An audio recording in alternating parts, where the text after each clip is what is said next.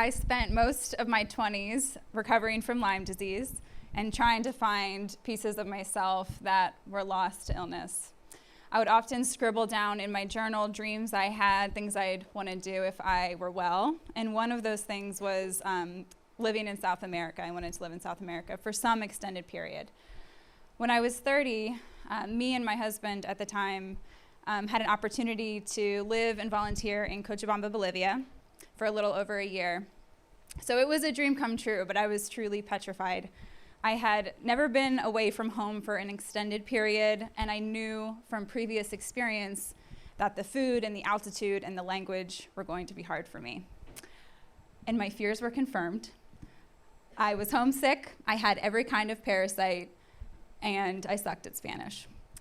About a month into our time there, I was hitting a wall. One morning in particular, I was feeling pretty dejected.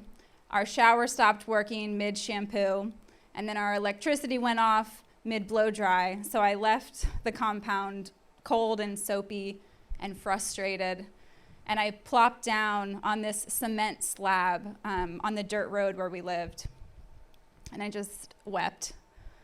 And then I took out my phone and I started sending a message to someone back home, just telling him, I don't know if I can make it through the year. And as I was sending him this message, this little dog comes limping up to me, seemingly lost and injured, and she sits right on my lap. And I stop crying for a few moments as I begin to pick the briars out of her matted hair. She seemed just as lost and afraid and sick as I was, and I wanted to keep her forever.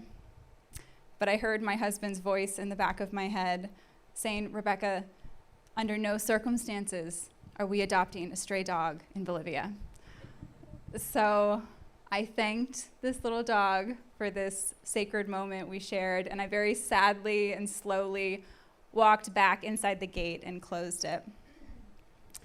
But she slid her little body underneath the gate, and she followed me to my porch, and she sat there until I could convince my husband many, many hours later to take her in, at least temporarily, and we did.